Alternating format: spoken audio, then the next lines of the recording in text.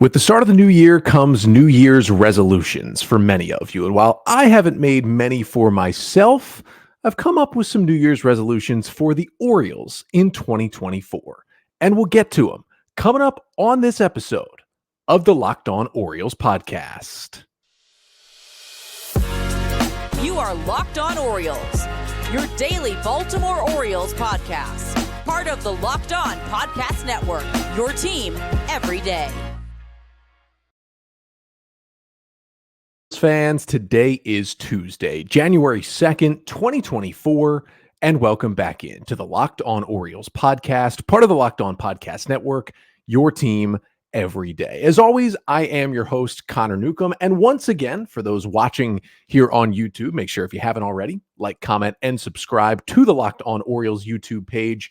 But for the second straight episode in 2024, pretty much a bare white wall behind me. Got one little piece of Orioles gear that you can see, but that is about it. Again, as I mentioned on Monday's episode, I am moving later this week. So over the next, I'll say at least 2 weeks, the podcast, the background will be changing. It'll be looking a little different, but still 3 episodes per week coming to you. And again, if you haven't gone back and listened to Monday's episode yet, make sure and go and do that. We kind of recapped 2023 for the Orioles, gave my thoughts on some key moments, some awards, did the fans' choice, and talked about the podcast last year a little bit as well. But today we officially turn the page towards 2024 here in the second day of the new year.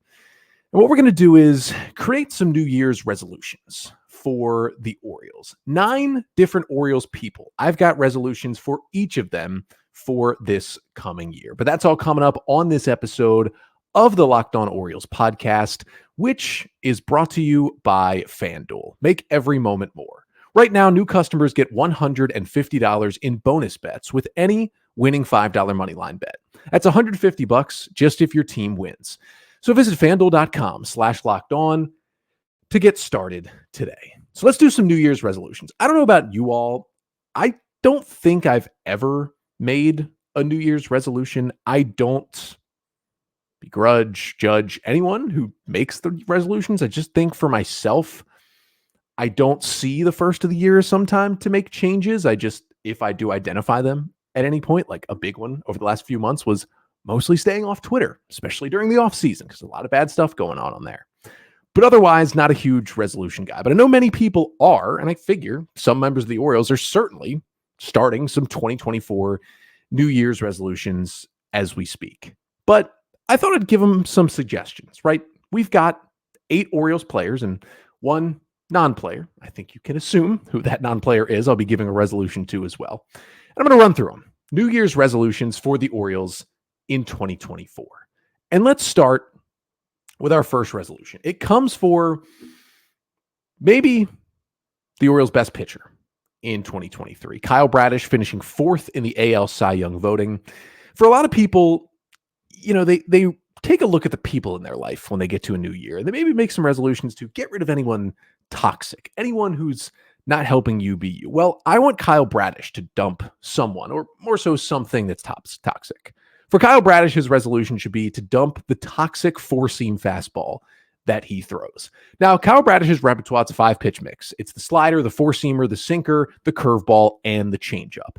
And what he did in the second half of the 2022 season that really made him leap forward at the end of that year and take it right into his amazing 2023 is that he stopped throwing the 4-seamer as much. He threw more sliders, and he also incorporated a sinker, a different kind of fastball, to go along with the straighter 4-seamer. Now, the interesting thing for Bradish is his 4-seamer sometimes even gets characterized as a cutter because it just has natural cut, natural glove side run on any 4-seam fastball that Bradish throws. But even though it has that movement, that pitch throughout his career in both the minors and the majors has been the pitch that has gotten him in trouble the most. Now, the great thing this year was Bradish officially became a slider as the number 1 pitch guy. The slider was his most thrown pitch.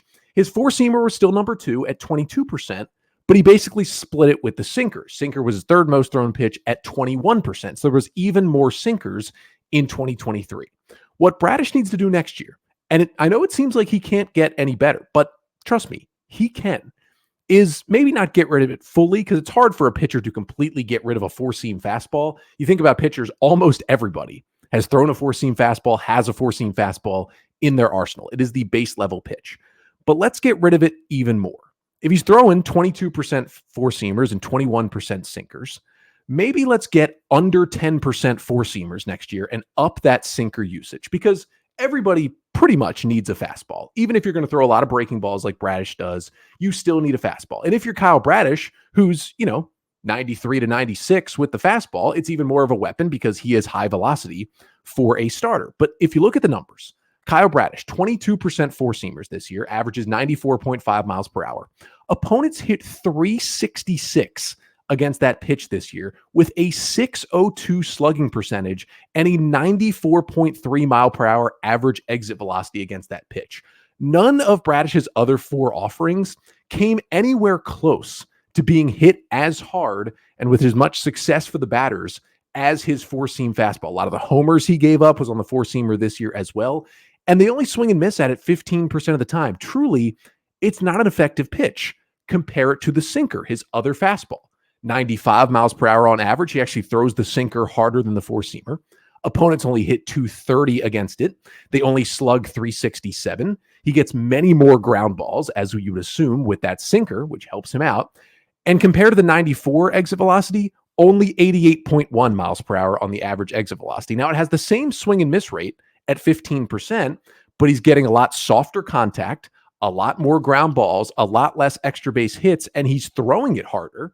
This should be kind of an easy change to make. And again, he's not going to completely get rid of the four-seamer, but let's see a lot more sinkers in 2024. And here's the kicker. If you look at the heat maps and the charts for Bradish about where he throws each pitch, you would think, okay, a guy has a four-seamer and a sinker. He probably throws the four-seamer up in the zone for the swing and miss, the pop-up, throws the sinker down in the zone to get the ground ball. Actually, if you look on average at his heat maps, he barely throws the four-seamer up in the zone more than the sinker. He throws that sinker up almost as much as he throws the four-seamer up. And listen, that sinker has pretty much the same level of success when he throws it up in the zone as it does with the four-seamer. At times, it has more success up in the zone, and he's comfortable throwing a high sinker. It's more of a comfortable pitch for guys these days. So at this point, you look at the four-seamer, it's not serving much of a use for him. As long as he feels he can command the sinker as good as his four-seamer and throw it for a strike, in a 3-0 count when he needs to throw a fastball for a strike, I'd say get rid of that toxic four-seamer. It's got to be sinker time for Kyle Bradish. Second resolution for the Orioles for 2024, I'm going to go to Dylan Tate. Many people put their health first, right? They try to start a health journey when the new year comes around. For Dylan Tate, I wanted to put his health first, but really his arm health first. It was a completely lost year for Dylan Tate in 2023. We first heard really around spring training starting with pitchers and catchers reported that Tate was not throwing because of a forearm injury. And if I'm remembering correctly, they said he had suffered it in November of 2022, like only a couple of months after the season had ended. He had that injury. He was trying to come back. He started the year on the IL, and Tate did throw not a big amount of innings, but here and there threw innings on rehab in AA and AAA multiple different times throughout the season, but he could never get back. It was a forearm injury. It was an elbow injury, and everything that happened to Dylan Tate were the telltale signs of this guy is going to have to get Tommy John surgery. And yet the season ended and he never got the surgery.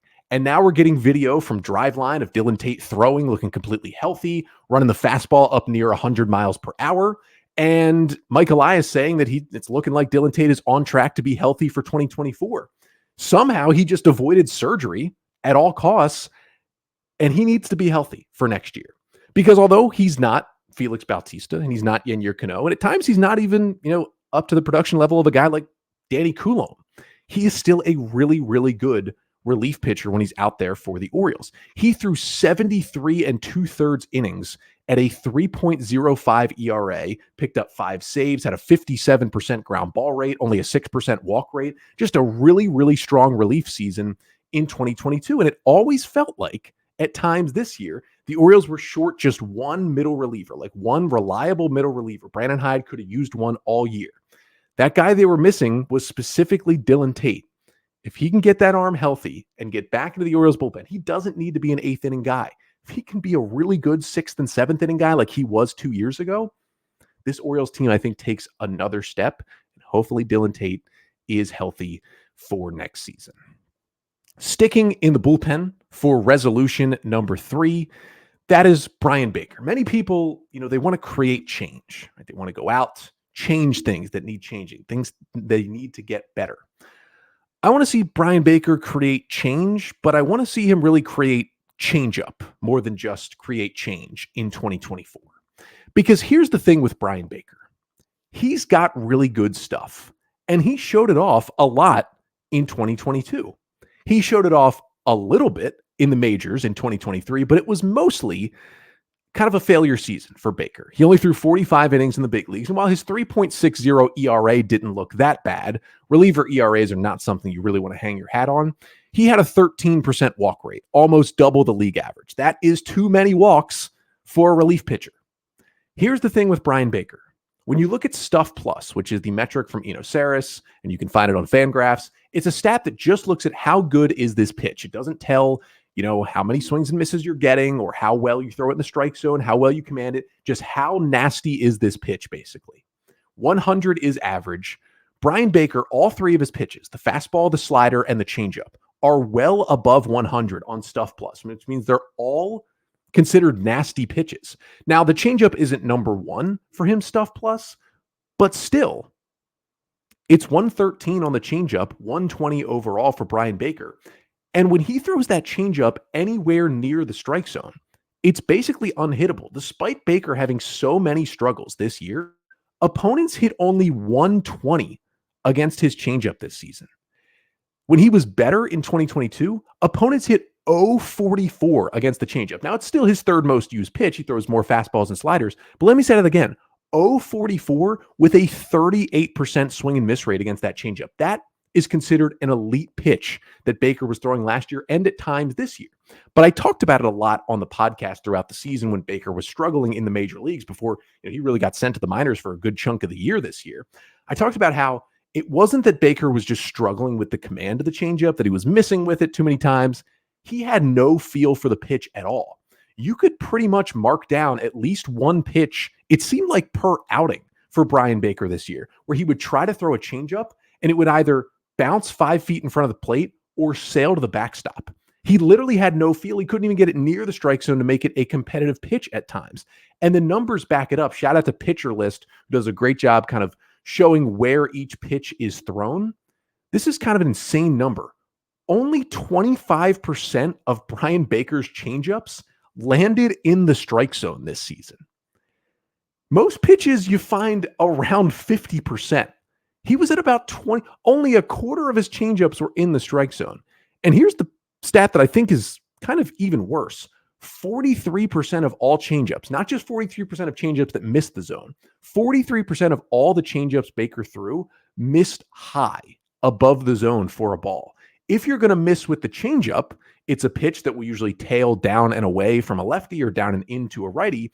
You want to miss that pitch low because it's a changeup that starts at the knees. Guy thinks it's a fastball, swings over top of it, or beats it into the ground for a ground ball.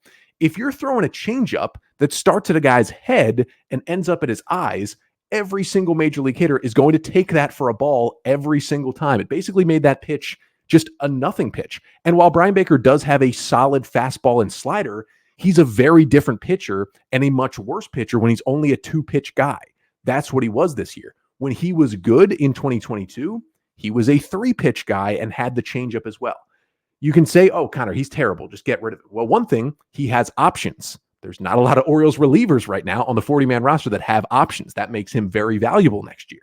And if he can find that changeup, again, his Stuff Plus of 120 overall, looking at the stuff he has in his arsenal, will be the best. Let me say it again.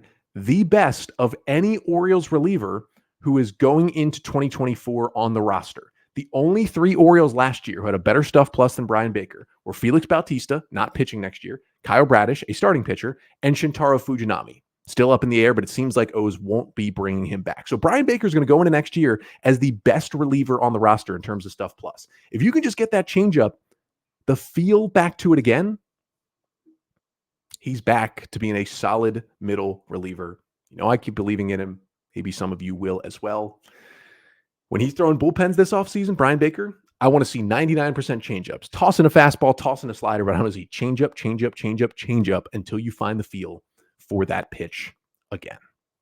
We got 6 more New Year's resolutions to get to for the Orioles to kick off 2024.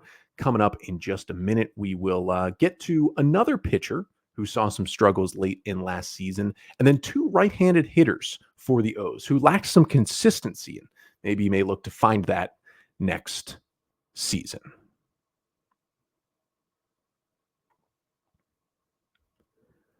But first, this episode of the Locked On Orioles podcast is brought to you by FanDuel. Now, the NFL regular season is wrapping up. Only week 18 remains, and we're feeling good here in Baltimore, right? The Ravens don't have anything to play for, pretty much. They have locked up everything.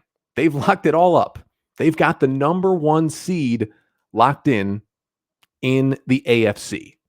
But around the league, there is still plenty of action going on. You can get in on all that action over at FanDuel. And right now, new customers get $150 in bonus bets guaranteed when you place a $5 bet.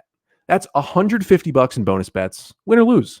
And the app is so easy to use. There's so many different ways to bet, like live, same game parlays. You can find bets in the new Explore tab. You can make a parlay in the Parlay Hub, the best way to find popular parlays. And there's so much more. So visit FanDuel.com/lockedon and make your first bet a layup with FanDuel, official partner of the NFL.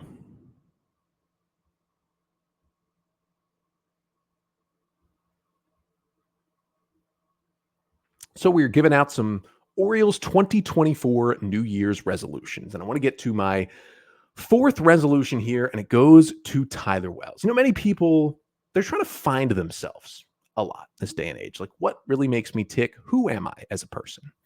I want Tyler Wells to discover himself and find out who he truly is. Is he a starter or is he a reliever?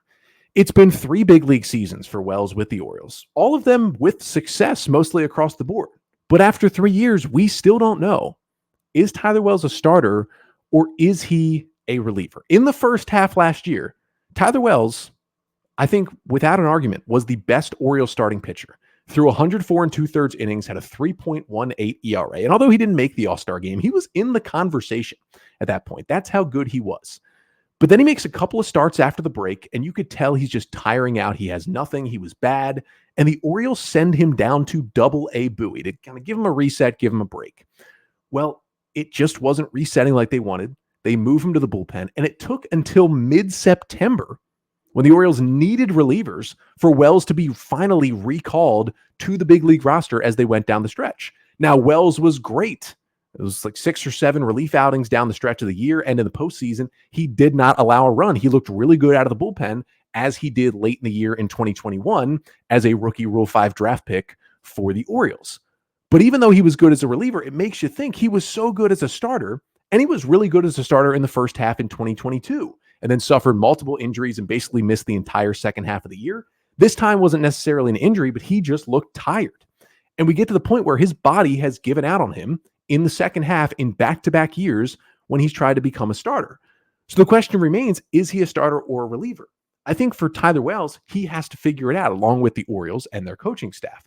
Because if they feel he's a starter, there needs to be a different plan. Is he on an extra day of rest early in the year? Do they skip some starts early in the season? Do they build in some starts where, hey, Tyler, you're going no more than 4 innings today for us to keep your workload down? They need to figure out something for Tyler Wells. Or does he just decide, you know what, my body is better built for a reliever, and he can go multiple innings when you need him to, and he can be a Swiss Army knife where he can close the game like he did late in the year. He can pitch 3 innings, or he can pitch in the middle innings, or get out of a big jam, because his stuff plays really well out of the bullpen, but he needs to find himself on what role he'll be for 2024. Next one. For a lot of people, they make resolutions and they mean well, and they do a great job early in the year. And then, sometimes after a month, 2 months, sometimes halfway through the year, they give up on those resolutions. For Austin Hayes, my resolution is this: don't give up. Don't stop halfway through the year. Because for back-to-back seasons, that's exactly what Austin Hayes has done. He was great in the first half in 2022. He was almost unplayable in the second half that year. This year, even better in the first half. So good that he had a 136 WRC plus, and he was named to his first All-Star team in 2023. In the second half, he didn't tank as badly as he did the year before, but he was still down to an 84 WRC plus. He was still a 16% worse than league average hitter in the second half of the season when the Orioles seemingly needed him most. And again, by the end of the year, he wasn't a stone cold lock everyday player in the Orioles lineup. Now there's Heston Kjerstad and there's Colton Cowser coming up and fighting for one of those outfield spots. Can Austin Hayes remain an everyday guy if you just can't count on him in the second half? And when, he starts to roll over the ball and hit way more ground balls as he did in the second half, 51% ground ball rate, he gets worse and worse. He seemingly grounds into a double play every single time he's up there. It seems at times when he's really going poorly, and the defense is still good. It actually took a step forward in left field this year, but you got to find the offense, Austin, because the footsteps are coming. Colton Cowser and Heston Kjerstad are there. They want your job in the outfield. And you've got to find a way to bottle everything in that first half and keep it going in the second half of the season. Resolution number 6. Everybody wants to do the right thing, right? They want to do what is right. They got to focus on right. I also want Ryan Mountcastle to focus on right. And that is right-handed pitching. Because let me tell you, Ryan Mountcastle in his career, and especially last season, had no trouble at all hitting left-handed pitching. Honestly, he was one of the best hitters in baseball against lefties this year. Had a 185 WRC plus, which is 85% better than league average. Had a strikeout rate of 18%, well below league average against left-handed pitching. He absolutely dominated. But if there was a right-handed pitcher out there, and he wasn't pitching for the Blue Jays is a separate category for Ryan Mountcastle. He hits all those guys. But if you were a right-handed pitcher who doesn't throw for Toronto, you probably got the best of Ryan Mountcastle in 2023. And some of it was the same thing that's always plagued him. But the strikeout rate of 25% against righties, while bad, isn't astronomically horrible. He just didn't feel like he was seeing the ball. And again, it was a 77 WRC plus, 23% worse than league average against right-handed pitching in 2023. And some of it had to do with, the multiple stints and the vertigo that he dealt with that kept him out for long stretches of the season.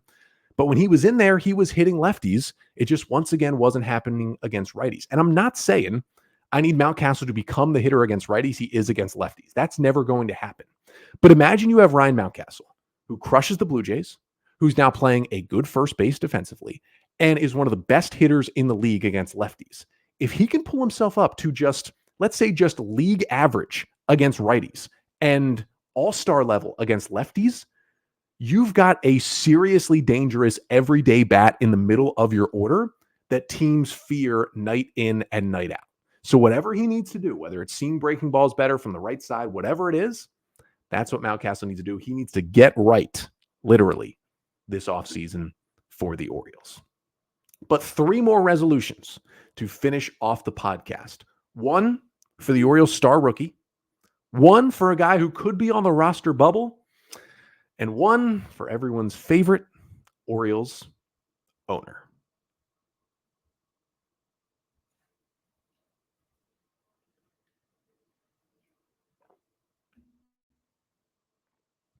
So we're finishing up our New Year's resolutions episode for the Orioles here on the Locked On Orioles podcast. Thank you so much for tuning in to today's episode. Make sure to rate and review wherever you listen, and like, comment, and subscribe to the Locked On Orioles YouTube page. 3 more New Year's resolutions to get to. Number 7 on the day.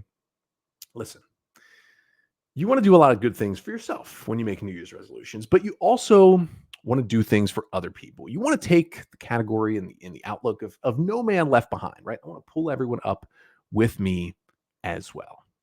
And while there should be no man, no woman, no person left behind in New Year's resolutions, for Gunnar Henderson, let's focus on no lefties left behind for Gunnar Henderson, because it's kind of the opposite Ryan Mountcastle problem for Gunnar Henderson. When he goes up there against right-handed pitching, it's awesome. It's a 140 WRC plus. It is a 549 slugging percentage for the left-handed hitter. He crushes the ball. He hits homers. He hits doubles. He's a star against righties. Against lefties this year, it was an issue in his first full season. Just a 75 WRC plus, which means he was 25% worse than league average against lefties, and just a 324 slugging. He didn't get his first homer against a left-handed pitcher until July. It was a real issue getting extra base hits against lefties for Gunnar Henderson. Now, June and July, he was much better against left-handers. He was actually good. But then August and September were once again like astronomically bad against lefties. Now, he was even better against righties in those months, so he was still super productive at the plate. And in general, you see more righties than you do lefties in Major League Baseball, so it's less of an issue. However, it's kind of like Ryan Mountcastle. If Gunnar Henderson can be as good as he is against righties and can elevate himself to league average, I'm just asking for league average against left-handed pitching, we're looking at an MVP candidate next year. Just league average against lefties with a little more pop. Even if there's strikeouts, just get a little more pop in there. He is an MVP candidate in 2024. Next one I got. People, when they do their resolutions, a lot of it is self-help, right? Focusing really on you. And I hear the word a lot, you want to center yourself, right? You want to really feel centered, feel like you know where you are. Take those deep breaths. Well, there's one Oriole who I want to literally center himself. That is Jorge Mateo. Literally center yourself in center field this offseason. I talked about it a couple weeks ago on the podcast when I reviewed the seasons for Mateo and Ramon Arias and talked about like, hey, if the O's can only keep one, who would it be? And I decided that my pick would be Jorge Mateo. And it wasn't just because of the speed. It was a little bit because he can hit lefties, but also he showed the ability to play the outfield. He played the outfield some in 2020 with the Padres. He played the outfield some when he first came over to the Orioles on waivers in 2021 before he got injured to end that year. And then while he didn't do it in 2022, he played 20 innings in center field for the Orioles this past season and even started a couple of games there. Like it wasn't just, again, throwaway garbage time. He started a few games in center, when Mullins and Hicks were both out with injuries. He turned himself into an option in center field. And, I've broken it down on recent episodes about the entire breakdown of the outfielders and the infielders and what the roster could look like. But here's the thing. You've already got in your infield, Jordan Westburg and Gunnar Henderson. And we know Hearn and Mountcastle are over at first base, and Arias is vying for a spot, and Jackson Holliday could be here quickly. And we know Joey Ortiz is on the 40-man roster. And quite frankly, Connor Norby and Kobe Mayo are going to be in the mix this year as well. Even with Adam Frazier gone, there's a lot of infielders. And Jorge Mateo, despite the great April, was the worst hitter in Major League Baseball from May 1st on in 2023. That is not good. No matter how speedy he is, no matter how good a defense he plays at shortstop, you can't have that. Now, he was still a good hitter against lefties. A 108 WRC plus against lefties meant he was above average against left-handed pitching, was still a weapon there. If Jorge Mateo can show that he can play center field and you can trust him out there, and at the very least, if you absolutely had to, you could put him in right or left in a pinch to give him more versatility. He can play shortstop, and he did play a little second base early with the O's as well. So he's versatile defensively. He's got that speed, which is a serious weapon coming off the bench. And he's going to play good defense, at least in the infield.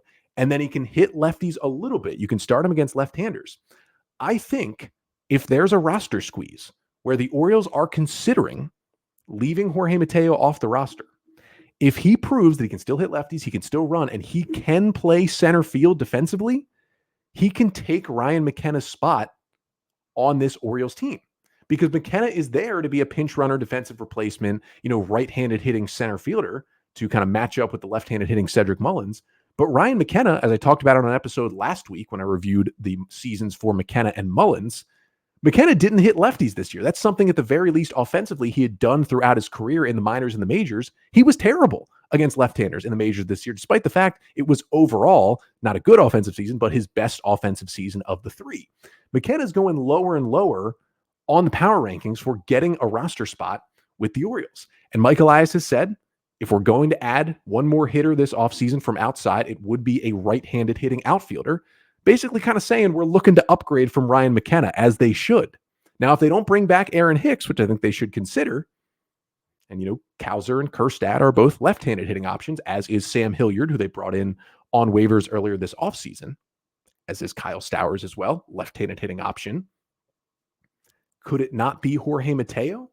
If he shows he can play center, he's a better hitter against lefties than Ryan McKenna. That's the only chance that roster spot would start. He's faster than Ryan McKenna. And if he can play the outfield, he can also play really elite defense in the infield. Jorge Mateo would help you more than Ryan McKenna. So for Jorge Mateo, literally center yourself in center field all offseason. And if you can show at least solid defense out there, you might be hanging on to a roster spot for a little bit longer. And the final resolution I've got is for our guy, John Angelos. I won't harp on this one too much, but this is something your parents will say to you, right? Like if you don't have anything nice to say, anything good to say, don't say anything at all. And of course, for John Angelos, I could harp on, hey, his resolution should be spend more money to make the team better. But I talk about that at least once a week on this podcast, so we won't go there. That is the easy one. That's the layup resolution. The other one I'll say for 2024 is if you don't have anything useful or helpful to say, don't speak at all, John Angelos, because every time John Angelos opened his mouth to the media in 2023, it spelled disaster for the Baltimore Orioles. Maybe don't say so many stupid things this year. The MLK Day press conference outburst yelling at Dan Connolly about how Dr. King wouldn't have wanted him to ask about the books, although he had agreed to be asked about anything about the Orioles. Lying multiple times and saying he would open up the books for any journalist to look at the financials. He never did. The entire Kevin Brown situation, not good with the suspension there. The fake lease that the Orioles put on the video board in the clinching game in September, making it all about him. It wasn't actually a lease. We had to wait 3 more months to actually get one. How about the fact that he told the New York Times in an interview that they can't give out any extensions to their players because if they do, it would put them in a financial hole and they'd have to seriously raise ticket prices, which is a lie, which is most of what he says is a lie as well. So John Angelos, of course, we want the owner to be transparent and to talk to the media and tell us about the direction of the team. But if every time he's going to talk, it's going to be this negative and it's going to make our blood boil and it's actually going to have repercussions on the team, let's maybe just not speak in 2024. Operate from the shadows.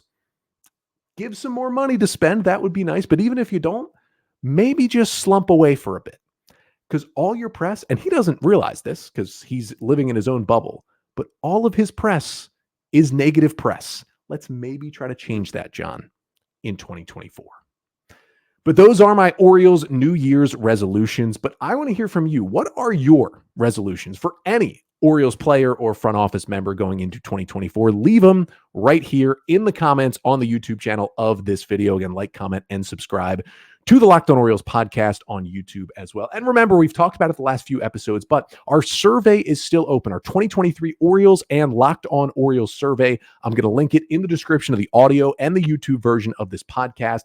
Make sure to go fill it out. It asks you about your favorite moments from the Orioles season, but also, more importantly, it asks for feedback on this podcast. It's a chance for you anonymously to give some feedback to the pod. I ask you, how you found the podcast, how often you listen, what your favorite thing is, and you get a chance to give some suggestions, some improvements, some things we should add to this show in 2024. Again, that is linked down in the description of the show. But that'll do it for today's episode. Good luck with all of your New Year's resolutions. And we've got one more episode coming up later this week. Some Orioles news and notes coming to you. O's made a couple of minor league signings, actually a couple of fairly interesting guys that could maybe appear in the big leagues for the O's this season. And then some more news on the starting pitching market. What are the O's doing in terms of trade talks? We'll get to that later in the week for one final episode here in this first week of January. But until then, I'm Connor Newcomb, and this has been the Locked On Orioles podcast, part of the Locked On Podcast Network. Your team every day.